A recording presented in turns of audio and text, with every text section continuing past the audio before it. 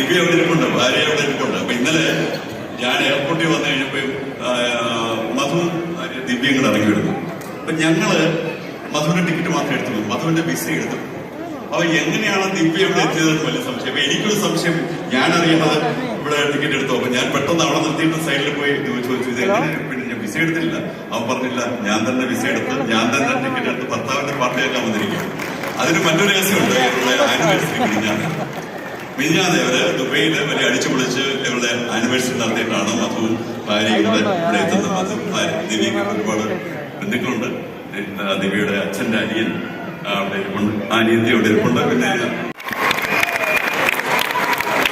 ചിത്രചേച്ചി ഇല്ലാത്തൊരു ഓണം കേരളീയ സമാജത്തിനും Bahrain മലയാളികൾക്കുമില്ല. Once again, thank you Chitra Chechi for being with us.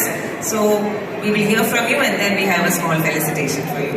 പ്രിയപ്പെട്ടവരെ, ചിത്ര എന്ന് പറയുന്ന ഗായികയെ പരിചയപ്പെടുത്തുക എന്നുള്ള സാഹസമാണ്. നമ്മുടെ 3.25 കോടിയോ 4 കോടി വരുന്ന മലയാളികളുടെ സ്വത്താണ്. അല്ലെ, ഞങ്ങളുടെ സ്വകാര്യ അഹങ്കാരം എന്ന് പറയുന്ന ക്ലീശേ വാക്കാണെങ്കിൽ ഇത് ശരിക്കും സ്വകാര്യ അഹങ്കാരത്തിനെയാണ് ചിത്ര.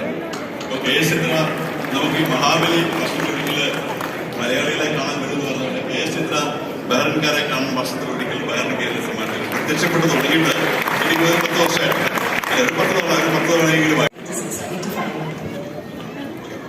അപ്പം ചിത്ര നമ്മളെല്ലാം സ്വന്തമാണ്. അപ്പൊ അതുകൊണ്ട് ഞാൻ ഇതിന്റെ കാര്യം നിങ്ങളുടെ അടുത്ത് വളരെ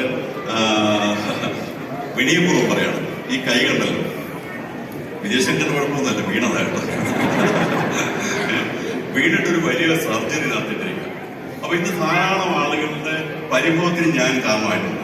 പലരും ചിത്രയുടെ ഒപ്പം ഫോട്ടോ എടുക്കാൻ, ചിത്രയെ കാണാൻ, ചിത്ര വരച്ച പടങ്ങൾ കൊടുക്കാനായിട്ട് ഒക്കെ എന്നെ സമീപിച്ചിട്ടുണ്ട്. ആരെയും പെർമിറ്റ്